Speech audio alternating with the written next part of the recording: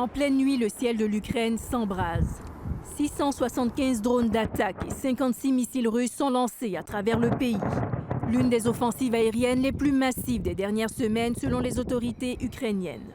À Kiev, dans le quartier de Darnitsia, un immeuble de 9 étages est pulvérisé, emportant avec lui le quotidien de centaines de familles. Tout a brûlé. Les gens criaient partout, raconte ce survivant. Sous ces montagnes de béton, les secouristes fouillent les décombres à main nue dans une course contre la montre pour tenter de retrouver des survivants.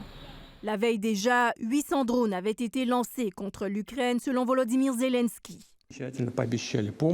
Pourtant, il y a quelques jours à peine, Vladimir Poutine laissait entendre que la fin de la guerre était proche.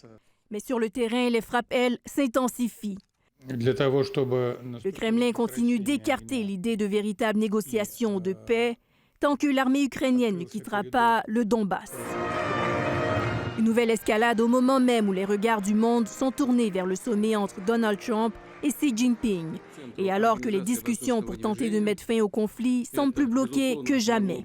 We expect the issue of ending Russia's war against Ukraine to be raised now as well, while the President of the United States is in China. Et tandis que les capitales discutent de diplomatie, à Kiev, on ne cherche plus de réponse, on cherche des survivants. Les deux camps s'accusent mutuellement d'avoir violé la trêve de 3 jours annoncée par Donald Trump la semaine dernière. Une trêve qui ressemble déjà à un lointain souvenir. Ici Daniel Cadjo, Radio-Canada, Montréal.